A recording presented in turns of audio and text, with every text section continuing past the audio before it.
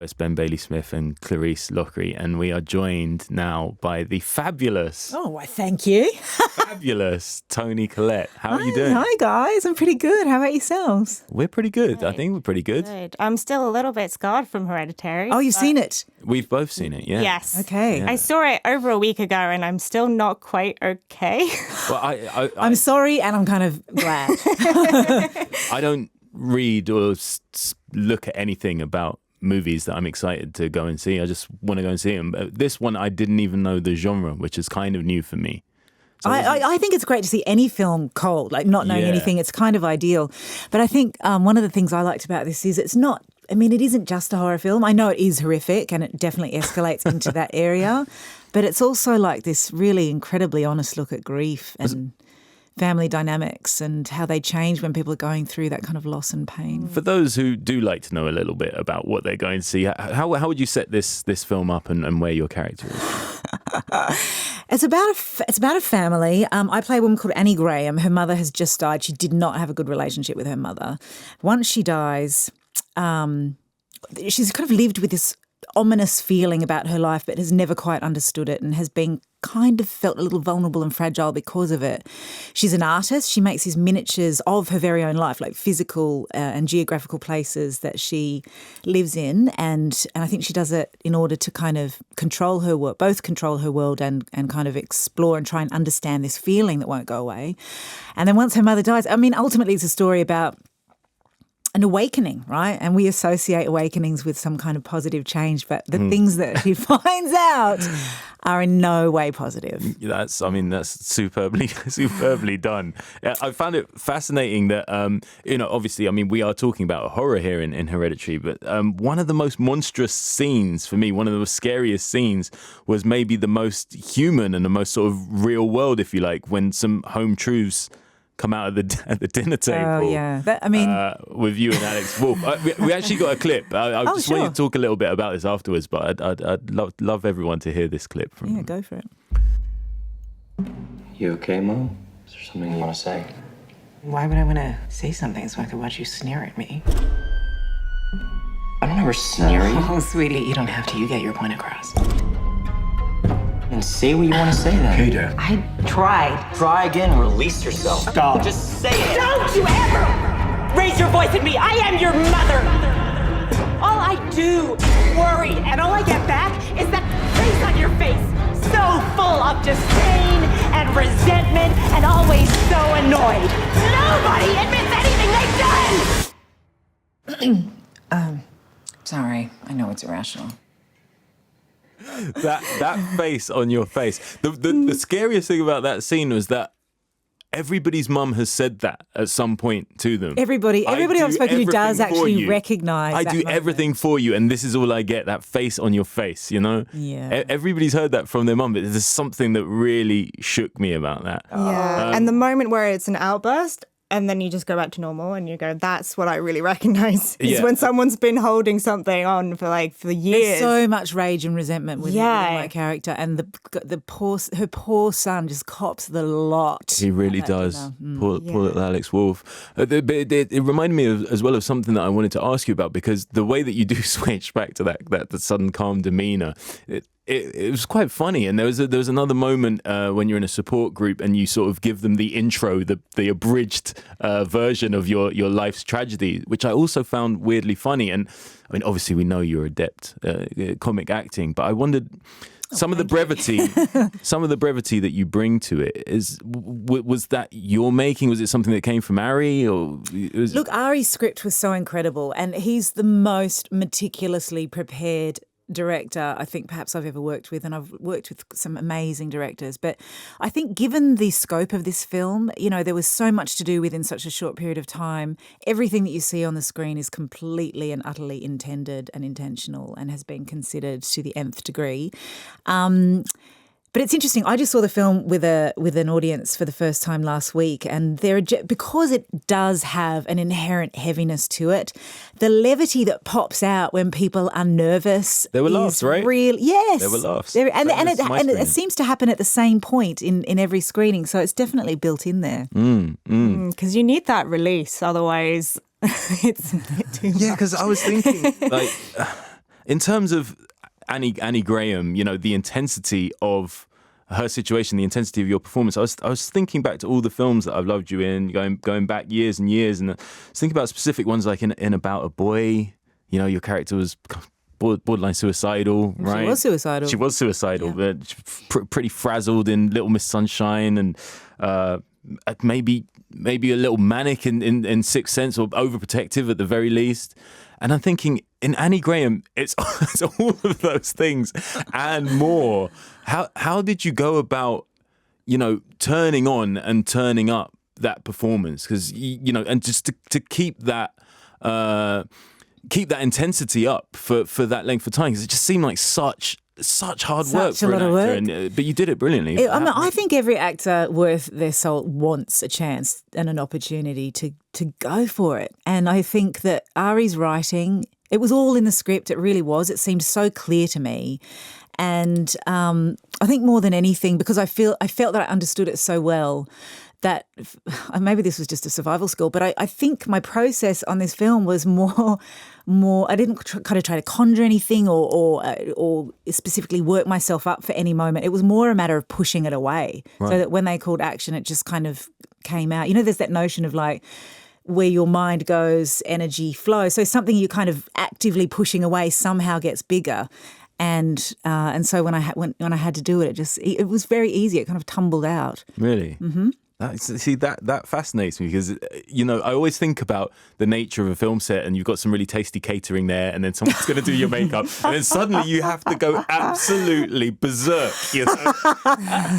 Well, you know what you're signing up for. You know why you're there. You know, everyone's contribution is vital to the whole, and, you know, you're just one element, and you do it. I mean, I just feel so lucky to have had a chance to work with this guy, because he is the real deal, Ari Aster. He's going to have an amazing career. Where did he come from? For him to choose me to be in his first film. It's amazing, isn't it? He's from New York. He studied film at the AFI Film School in Los Angeles. He actually worked with Pav, our cinematographer, and it is visually stunning, on a couple of his short films, which, if you haven't seen them and you care to look, are equally as amazing. Okay.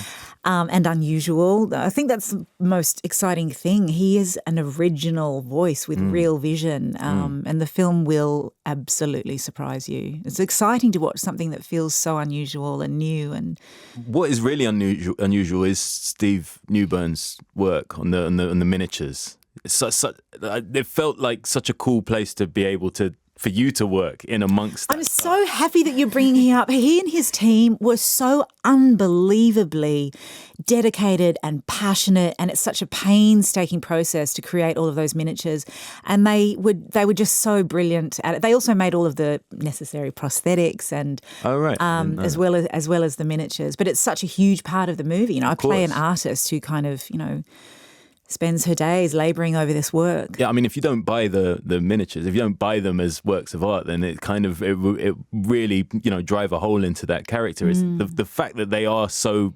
haunting is a part of it. You know, I felt so guilty because there's a scene where I have to smash them up. Right? In the film, you find me sitting amongst the rubble, but I actually did, you know, film it smashing them up. They were standing there watching. I felt like I was killing one of their children. It was just like totally heartbreaking. Just having to be sorry. Yeah, sorry, I was very apologetic. Yeah, you shot it out in Utah, yes, right? Yep. And I mean, it looks quite barren around the you know, where the family home is. You've got all these creepy miniatures. Obviously, a lot of creepy setups. Were there any actual sort of creepy moments? I mean, that weren't in the script. There was nothing creepy that happened. No, not at all. Not at all. That's good. That's good. Are you a fan of horror movies films? In general? Absolutely not. No, neither am I. No, but isn't it like this? It is a horror film, but there's so much more to it. It has so much depth and is so profound and complex and layered, and somehow feels realistic. And the horror aspects do come out of something quite honest. And I mean, yeah, it's not a slasher movie. Not at all. None of it's gratuitous. We're starting with something, you know, completely different. And like I say, I went in not knowing it was a horror until the music started to tell me something. And the music is incredible. Okay. Colin Stetson he contributes so much to this film. The suspense, a lot of it. I mean, you know, we made the movie and the music wasn't there on set. It's kind of added on afterwards. It directly informs the atmosphere. It's so incredible. And he's just playing a modified saxophone. He kind of creates his own instruments, and it's really every sound is from one modified, or maybe several, but it's from the saxophone. Yeah. Sorry. I wanted to ask what I find really interesting is obviously a lot of actors, when they're doing these performances, you're drawing from personal experience. But what do you draw from when you're having to react to something like completely supernatural, completely unexplained? Do you try and find something real, or do you try and move to... I never do that. It feels kind of like a betrayal, or so it kind of cheapens it. I mean, I had the luxury of working with a brilliant script and, you know, it's imagination. And I think for me, acting is about empathy and kind of aligning yourself with your character. And when you do that, I think I am naturally an empath, and so it was very real on the page. So honestly, I said this before, I didn't feel like I had to kind of really build something. It came to me very easily. Yeah.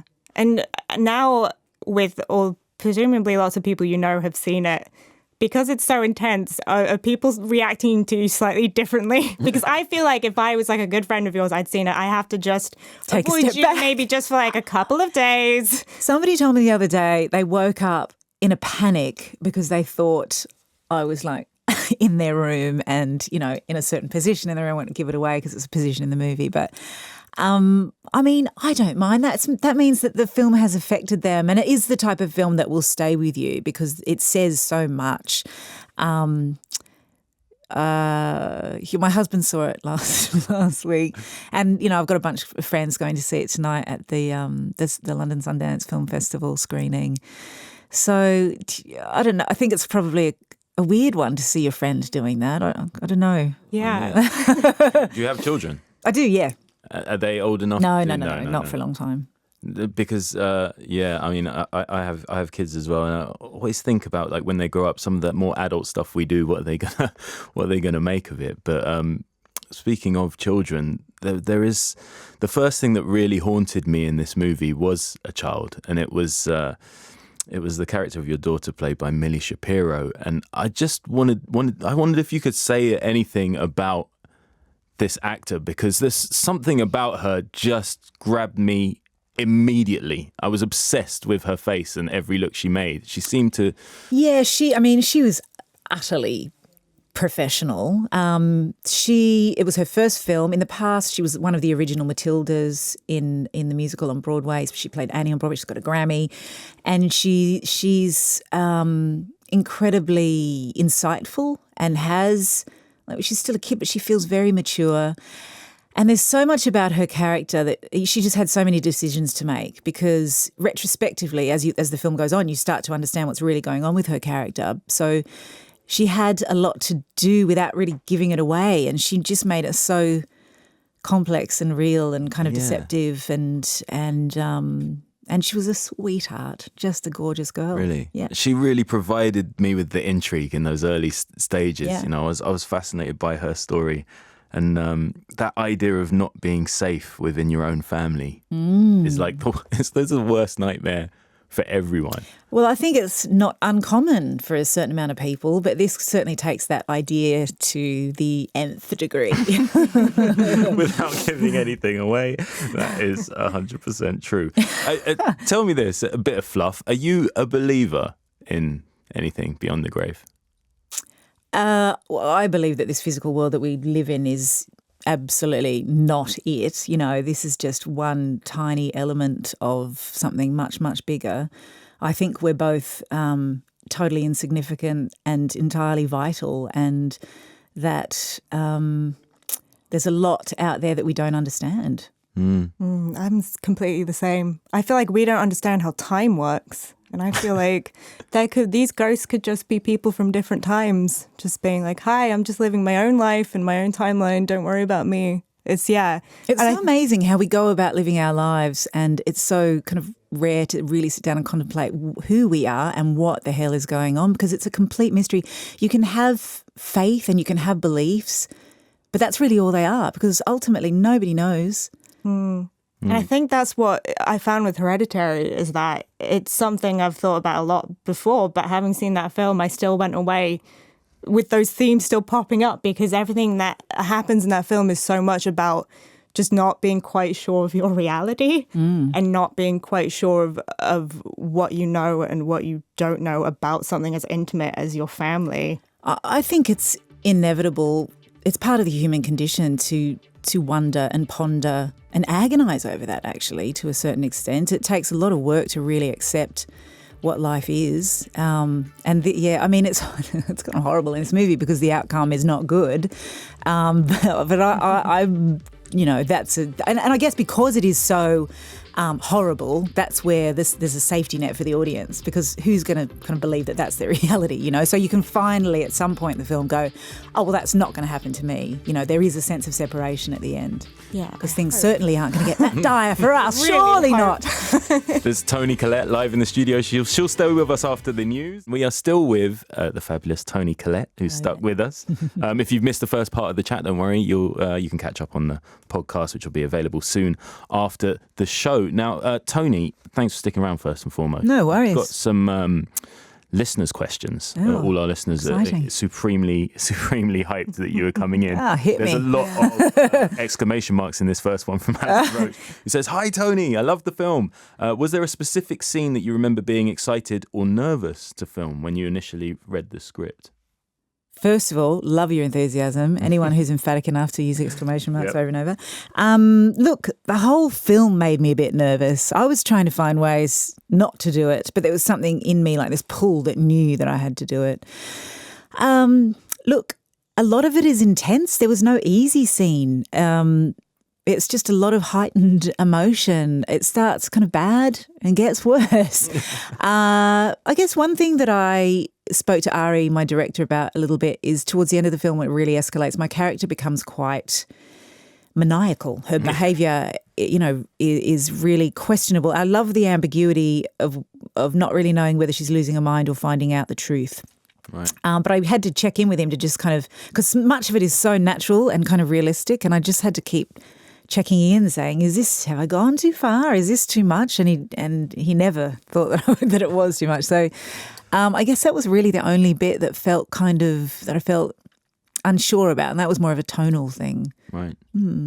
Oh, we've had a wicket at Headingley. Nikish? Yes, we have. Hassan Ali, the man out for 24. Caught and bowled by Chris Woakes, who picks up his third wicket. Good partnership between Ali and Shadab Khan, worth 43. That has been broken now. Shadab still there, unbeaten on 40, joined by the last man, Mohammed Abbas. Pakistan, 156 for 9. Thank you. Hang on a minute. This is Nick. delightfully British. Did you enjoy that? I thought you might like it. That was amazing. I had no idea that was a possibility. Yep. And it just feels so relaxed, like we're all sitting at home watching the TV and then having a conversation, then pointing out what just happened. You're important to us, Toni, but there was a wicket at Headingley. There was a wicket. Clearly we had to go there. Yeah, that was amazing. As an Aussie, you should appreciate it. What a great experience. This question's from Andrew Lightfoot, who says, did you have to do something considerably lighter in tone after Hereditary to cleanse yourself? You were telling us about Wanderlust, right? Yeah, the job I did afterwards was this BBC One Netflix co-production called, it's not Wanderlust, it's Wanderlust. Which just kind of sounds like I have a northern accent saying. But I wouldn't say it's light. I mean, it's lighter. It has a certain amount of depth. It's incredibly profound. And it is warm and it's idiosyncratic, and some of it is very funny, but it is definitely a drama. But funnily enough, before Hereditary came along, because I had done kind of a slew of films which, were a little bit more emotional, I said to my agents, I'm not interested in anything heavy. I do not want to cry at work anymore. I want to do comedies. I want to do light stuff. Bring it on. I did a couple and then they sent me this and I was like, give me a break. Joseph Coward says, Toni is known for her expert accents in film. What is the hardest accent to do? For me, I think it's South African. That's tough. All I can say in South African is blik for black, and that's it. Bleak.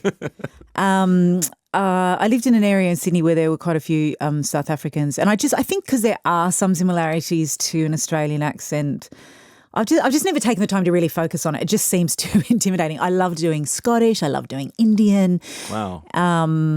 Yeah, I sometimes also the way a character sounds. I mean, you would know this, that it kind of can help you into understanding them. Yeah, it's something to reach back into, isn't it?